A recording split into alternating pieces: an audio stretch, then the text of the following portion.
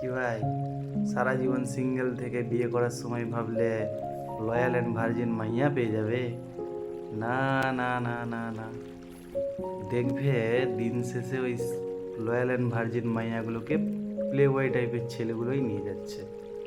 Because they know who is good for night and who is good for life. They have clarity. কারণ তারা 20-25-30টা মেয়ের সাথে ওঠা বসা করে, সম্পর্ক করে, 10-15টা মেয়েকে বিছানাতে নিয়ে যায়। তারা মেয়েদের মেন্টালিটি বোঝে। তারা জানে যে কোন মেয়েটা জীবনে চলার পথে সাথ দেয়, কোন মেয়েটা জীবনে চলার পথে পিছিয়ে টানে।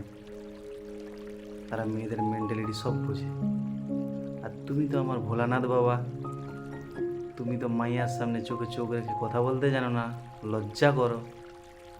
তুমি তো মাইয়াকে রিজেক্ট করতে জানো না। তোমাকে রেড লাইনের মাইয়া দিক আর সোনাগাছির মাইয়া দিক, ডাজ নট ম্যাটার। মাইয়া পেলেই হলো। তোমার দিল হ্যাপি হ্যাপি গার্ডেন গার্ডেন।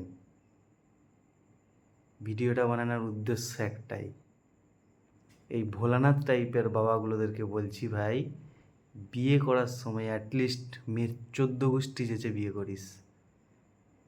কেন, লাইফে যদি একটা খারাপ মেয়ে জুটে যায়, জীবনে বেঁচে থাকতে জাহান্নাম দেখে নেবে। আর লাইফে যদি ভালো মেয়ে পাস, তাহলে future life bright. Bus, be careful.